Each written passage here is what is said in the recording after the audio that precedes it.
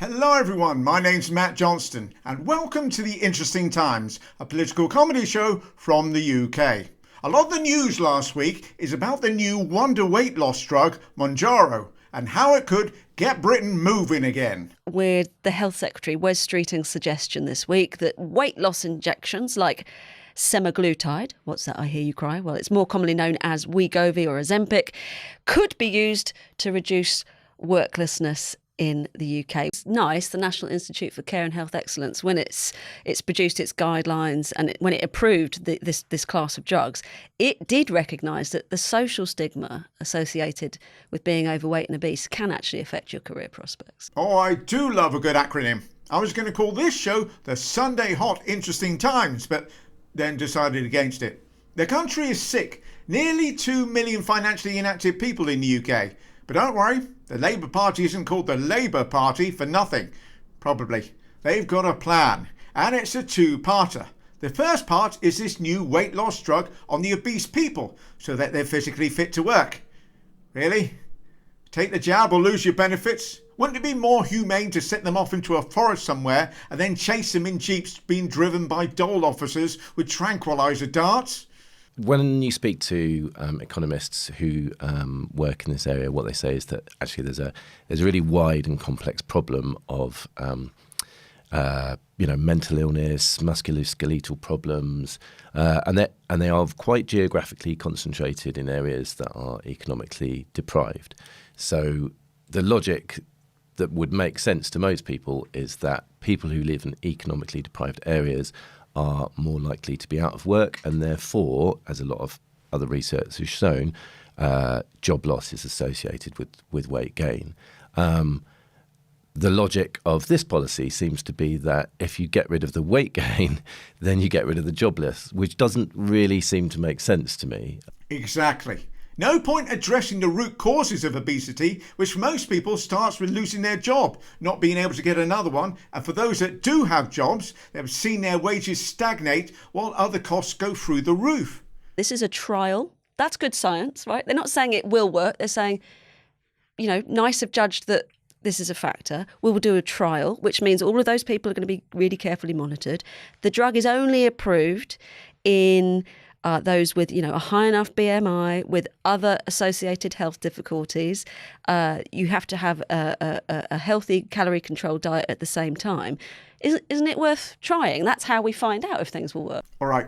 I'm sure this drug is relatively safe, and getting it for free is great. But pharmaceutical companies don't invest this money for your health. Ironically, what do they get in return? Never mind the fact that unless you deal with the grassroots problem of long-term unemployed, such as better job opportunities, decent wages, which in turn lead to less working hours, more downtime and better education about diet, all that's going to happen is that people are going to go from being fat and unemployed to being slim and unemployed. If people want to trial this wonderful weight loss drug, let's jab Boris Johnson first, and if after 48 hours he's still around, then we can try it on humans. By the way, that's the less controversial prong on this two-forked, no dessert spoon attack.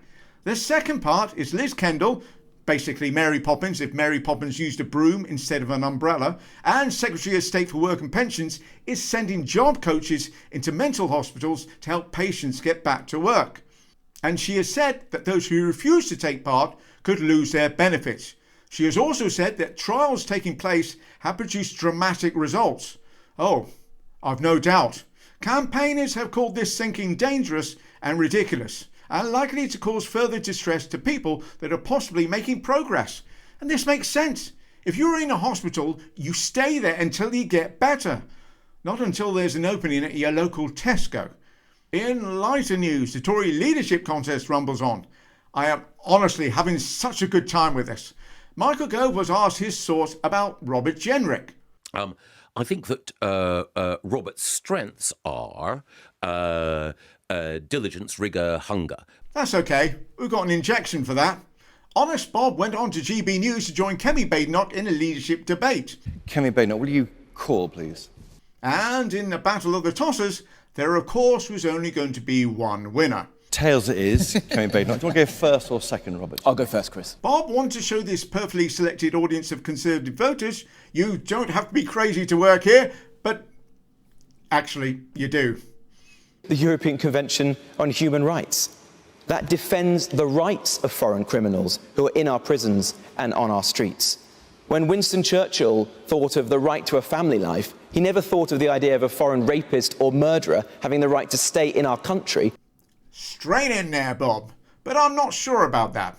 I think Churchill, probably more than most, saw firsthand the evil people could do to each other. Have you ever taken drugs at university or anywhere in your life? I haven't actually, Chris, no. Never taken drugs? Any drugs? What do you think? I think he's taken drugs, yeah. And not the fun ones either. Wasn't all bad news for Jenrick, though. Just on leadership here, you know, more than 80% don't like you, or 18% don't like you, forgive me, and most don't know who you are. That's an approval rating of 2%. Higher than I thought. But by the end of the debate, there was clearly only one winner. And how many of you might vote for Kemi Badenoch? Anyone that didn't have to watch this. Of course, we aren't the only ones due to have a 2024 change of leader. The US is due one next month, but it seems something's rotten in the state of the states. Old mate Nigel Farage has accused Labour of direct interference in the US election after it emerged almost 100 current and former party staff will campaign for Kamala Harris. The sitting government is sending its members, its activists to go and campaign. They're giving them annual leave from the party's Annual leave, headquarters. paid annual leave probably, so they're probably paying them to go and campaign for Kamala Harris. Wait, they're giving them time off and paying them? Although they aren't paying them to fly to the US and work for Kamala Harris, any more than they're paying them to lie on a beach sipping a pina colada under a straw hat, or binge watch the rivals, or indeed shave their balls. Yes, we're back to that. They are paying them to take a break from work, and what they do with that is up to them. However, Elon Musk said such moves were illegal, and Marjorie Taylor Greene, who appears to have two emotional settings, angry and asleep, said foreign nationals are not allowed to be involved in any way in US elections. So, for the clearance of doubt, in America you might be slightly concerned that a Brit YouTuber with a medium-sized political channel seems to know more than your elected representatives about the law over there. This isn't illegal. The law in America states that whilst foreign nationals may not spend or receive money on federal campaigns, there is no law barring them from unpaid volunteering in support of candidates. Besides, it's not like the Tories to do anything like this, is it? Like, say, at the time, a tweeting Conservative MP and spokesman for Gamblers Famous, Scott Benton, who tweeted this before the 2020 election. Or current Conservative MP Alicia Kearns, who agreed with the voter fraud conspiracy being put out there by Republican Mike Gallagher. Or, at the time, Conservative MP and all-round lunatic Andrea Jenkins, who tweeted good luck to Donald Trump before the election. Or, at the time of tweeting, Conservative MP Andrew Rosendale, who tweeted this rubbish. Even Jacob Rees-Mogg got involved. Though, of course, not on Twitter, as I'm no doubt his idea of social media is a dead politician society. No, Jacob went straight to the Daily Express to show his backing. Nigel Farage has accused Labour of electoral interference for this. I feel another montage coming on.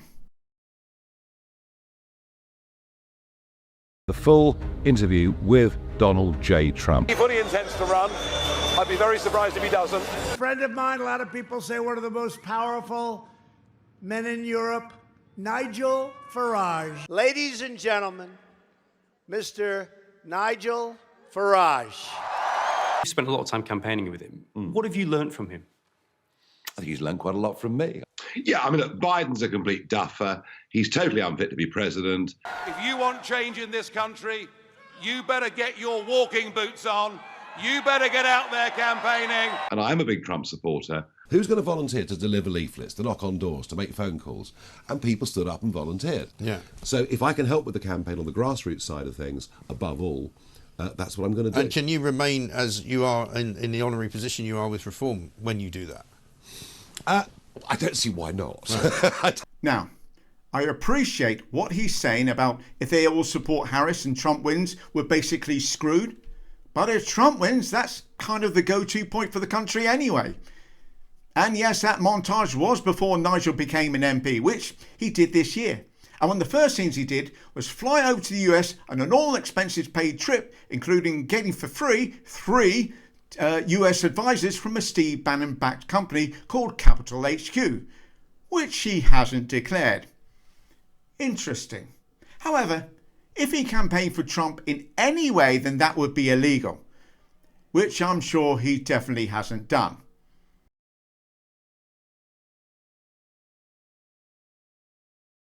Oh, and Nick Robinson has managed to get himself in hot water with this little mispronunciation. They said that Rishi Sunak and Jeremy Hunt had no idea where they'd get the money. A genuine mistake rather than an accurate noun. And worth mentioning that Jeremy Hunt doesn't find any of this funny, which of course makes it all the more hilarious. In fact, the only way that this could be more hilarious is if Jeremy Hunt was to leave politics, open a cut and shunt body repair shop combined with a petting zoo for baby underdeveloped piglets that was only open on the second day of the working week. Although as cut and shunts are illegal, that of course would make it a risk, meaning Jeremy Hunt would be taking a punt on this cut and shunt and runt see you next Tuesday workshop. Thank you all so much for watching, and if you have enjoyed these vids, then feel free to subscribe, like, share and hit all the notifications bell. And I'll see you all tomorrow. Take care.